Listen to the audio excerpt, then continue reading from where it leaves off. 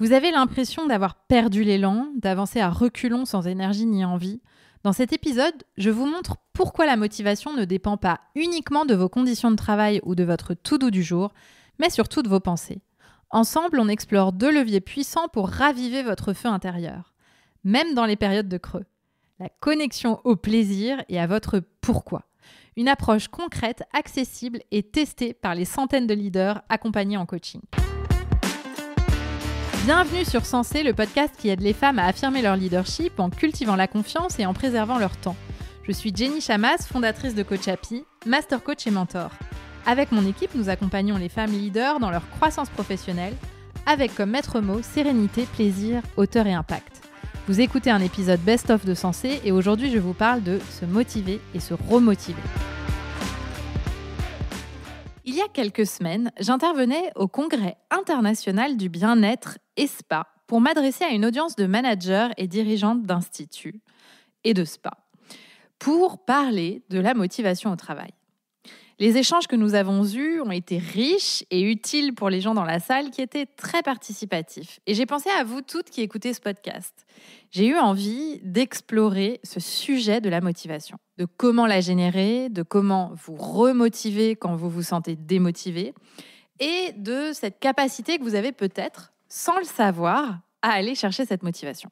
Alors où en êtes-vous de votre motivation ?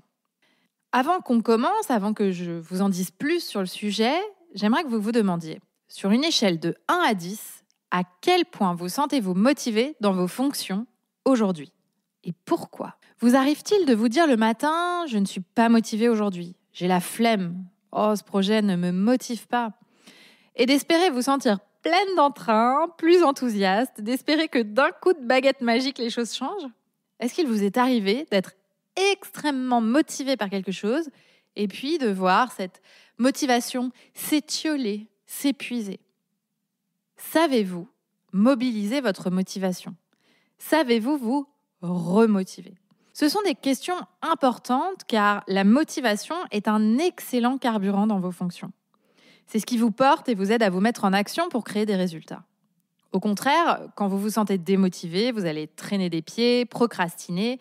Chaque étape vers votre objectif va sembler plus ardue, plus lourde. Et soyons honnêtes, nous sommes toutes et tous concernés un jour ou l'autre par une forme de démotivation. Il y a des périodes avec et des périodes sans, et c'est absolument humain. Donc si vous faites le constat en ce début de podcast que votre motivation est au plus bas, observez sans juger. Ne vous flagellez pas, car cela n'aura aucun bénéfice pour votre motivation et au contraire, ça vous démotivera encore plus. Alors, quel est le mécanisme qui enclenche la motivation ? La motivation est une émotion générée par une pensée, au même titre que la peine, la joie, la colère par exemple. La motivation est une émotion.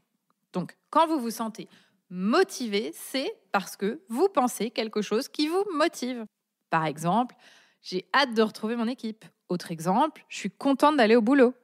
Ah, ça va être une journée sympa. À l'inverse, quand vous vous sentez démotivé, c'est parce que vos pensées génèrent de la démotivation. J'ai pas envie d'y aller, je suis pas motivée aujourd'hui, je stresse de voir mon manager, je n'aime pas ce que je fais, etc., etc. Bien souvent, l'être humain pense que la motivation vient des circonstances extérieures. D'ailleurs, peut-être que vous-même, vous attribuez votre degré de motivation à ce que vous dit ou pas votre manager. Est-ce qu'il reconnaît votre travail ou pas ? Votre salaire, vos responsabilités. Vous pensez que votre degré de motivation vient de votre entreprise, de cette entité, de qui elle est, si tant est qu'on peut dire qui, qu'est-ce qu'elle représente, quelles sont ses valeurs, etc. Ou alors peut-être même que vous attribuez votre degré de motivation à un projet qu'on vous a confié. Mais au fond, ce n'est pas aussi simple ni aussi immédiat. Cette vision très simpliste omet une partie importante de la motivation. Vous êtes-vous déjà senti démotivé alors même que vous aviez sur le papier tout ce que vous aviez souhaité à votre poste ? Moi, si je suis honnête et que j'observe mon parcours, je peux dire que ça m'est déjà arrivé. Ça m'est déjà arrivé, par exemple, quand j'étais en expatriation à mon poste de Head of Merchandising en Corée du Sud et je dirigeais les équipes de Retail Merchandising. J'avais franchement tout ce que j'avais toujours voulu avoir. Ça allait, l'équipe était sympa, en plus je l'avais recruté intégralement, c'était à la dernière année. J'avais, un manager qui était sympa, un environnement de travail agréable, j'étais très bien payée, j'avais, des horaires de travail qui me permettaient d'avoir une vie à côté, enfin voilà, c'était, finalement, ça cochait énormément de cases. Pourtant, j'ai ressenti des moments de, profonde démotivation. À l'inverse, est-ce qu'il vous est déjà arrivé de vous sentir motivé alors que certaines choses dans vos fonctions ne vous convenaient pas? Par exemple, moi, ça m'est déjà arrivé de me sentir motivée, d'avoir un super poste, de me sentir responsabilisée, qu'on me fasse confiance, mais sans avoir un salaire que je trouvais juste. Pourtant, j'étais quand même motivée.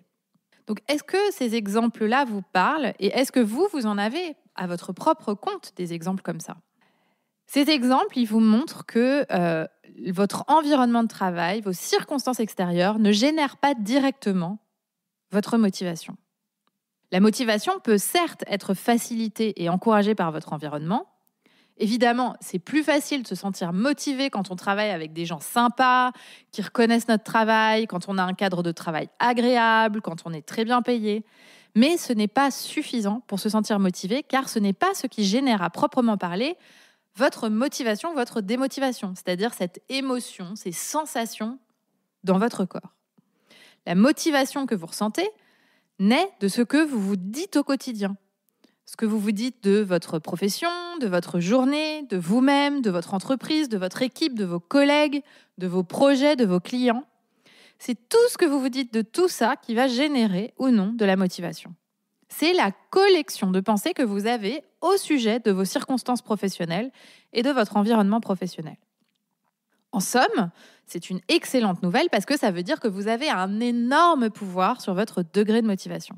Vous pouvez intentionnellement créer de la motivation en choisissant de penser à ce qui vous motive plutôt qu'en vous concentrant sur ce qui ne vous va pas. Quand vous orientez vos pensées sur ce qui vous motive, vous avez plus de chances de vous sentir motivé. Et l'inverse est aussi vrai. Plus vous orientez vos pensées sur ce qui vous démotive, et plus vous allez vous sentir démotivé.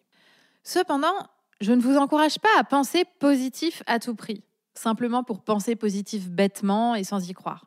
Évidemment, se mentir à soi-même en s'inventant des pensées positives juste pour essayer de se sentir motivé, alors que tout votre être vous crie de la démotivation, ne va pas fonctionner. Alors une fois qu'on a dit ça, comment se motiver ou se remotiver? Comme on l'a vu, pour vous sentir motivé, vous avez besoin de penser, des pensées qui vous motivent. Alors comment les trouver? Comment les solliciter? Ici, je vous propose 2 pistes. La première piste, c'est la connexion au plaisir dans le travail. Ce matin, j'ai été interviewée dans un podcast sur la pratique du sport des femmes et des mères. Et dans cet échange, mon interlocutrice et moi avons souligné l'importance de l'association entre sport et plaisir pour avoir une pratique régulière du sport. En somme, pour se motiver à aller courir ou faire une séance de yoga ou de cardio ou que sais-je, il est important d'y trouver du plaisir. Sinon, c'est extrêmement difficile de se motiver pour faire une séance de sport. Bien, c'est exactement la même chose pour le travail. Associer votre journée de travail à la notion de plaisir va vous aider à vous sentir motivé. Donc ici, je vous invite à prendre un instant pour vous demander qu'est-ce qui vous procure du plaisir dans votre quotidien professionnel. Quels sont les petits plaisirs du quotidien? Quels sont les grands plaisirs? Qu'est-ce qui vous met du baume au cœur, qui vous met en joie? Parce que ce sont dans toutes ces petites choses que le plaisir se trouve. Et je vous promets que vous n'avez pas besoin de choses extraordinaires pour ressentir du plaisir. Ça peut être voir vos collègues, être en contact avec un client en particulier, boire le café tranquillement le matin avant d'entamer votre journée, travailler sur un projet en particulier qui vous tient à cœur, la pause déj et le petit resto que vous aimez bien, ou alors votre Tupperware qui vous attend dans le frigo et de ce super petit plat que vous vous êtes concocté et qui va vous faire du bien au moral, la vue de votre fenêtre. À ce moment-là, une fois que vous avez fait cette liste, votre job pour générer de la motivation est double. 1, vous allez montrer à votre cerveau le plaisir que vous ressentez déjà, parce que le biais négatif du cerveau a tendance à vous montrer ce qui ne va pas plutôt que ce qui vous procure du plaisir, d'accord? Donc vous allez, en faisant cette liste, finalement mettre votre attention sur ce qui va bien. sur ce qui vous fait plaisir. Et puis, la deuxième chose, c'est que vous allez avoir l'opportunité, en prenant conscience de ce qui vous fait plaisir, de créer encore plus de plaisir au quotidien, en ayant identifié les petites choses qui vous plaisent et en les répétant ou en les prolongeant, en construisant un quotidien qui soit agréable, qui vous fasse plaisir. Donc, la connexion au plaisir dans votre quotidien professionnel va être une grande aide pour la motivation. Parce que si vous savez, à chaque fois que vous vous levez le matin, que vous allez au boulot, vous allez ressentir du plaisir, c'est assez simple, mais le cerveau, immédiatement, il va avoir envie d'y aller. Le deuxième point que je vous propose d'explorer, c'est la connexion à votre pourquoi. Pour ressentir de la motivation dans des moments de challenge, de difficulté ou d'ennui, quand vous êtes peut-être démotivé, eh bien, vous pouvez vous reconnecter à votre pourquoi, votre mission, toutes les raisons qui font que vous avez choisi ce métier dans cette entreprise avec cette équipe. Alors, pourquoi êtes-vous là ? Qu'est-ce qui est important pour vous ? Et pourquoi ? Quel sens a votre métier ? Et ce pourquoi-là, est-il toujours d'actualité ou a-t-il changé ? Je vois beaucoup de leaders perdre de vue leur pourquoi et se sentir complètement débordés par les challenges sur le chemin, qu'elles en viennent à penser que finalement ce métier n'est plus pour elles et qu'elles se sentent démotivées. Mais dès lors qu'elles font le point sur leur pourquoi, dans la grande majorité des cas, elles se disent qu'en fait, elles sont au bon endroit et qu'effectivement, il y a quelque chose, quelques parties de leur façon d'exercer leur fonction qui sont à changer pour qu'elles se sentent mieux. Mais il ne s'agit pas ici d'un changement radical comme changer de métier, changer d'entreprise. Et dans ces cas-là, quand on arrive à prendre conscience de ça, la motivation revient car les challenges sont vus comme des étapes sur le chemin. Et surtout, on prend conscience que si ce ne sont que des challenges, on peut y faire face parce qu'ils sont aussi des sources d'apprentissage. Ce n'est pas un dégoût total de ce qu'on fait ou finalement on se sent complètement vidé et il n'y a plus rien à donner. Les questions que je vous ai posées juste avant sur votre pourquoi sont aussi des questions qui permettent d'identifier quand ce n'est pas le cas. C'est-à-dire qu'on n'est pas face à un sujet de problème de motivation, mais plutôt d'adéquation entre notre mission professionnelle et ce qu'on souhaite faire, en fait. Parfois, il y a des moments dans la vie où, finalement, le pourquoi, à un moment qui nous a encouragés à prendre un poste, à mener une mission, eh bien, ce pourquoi change. Et en fait, on s'en est pas trop rendu compte. Le jour où on en prend conscience, eh bien, en fait, l'idée, c'est pas de se dire j'ai un problème parce que je me sens démotivée.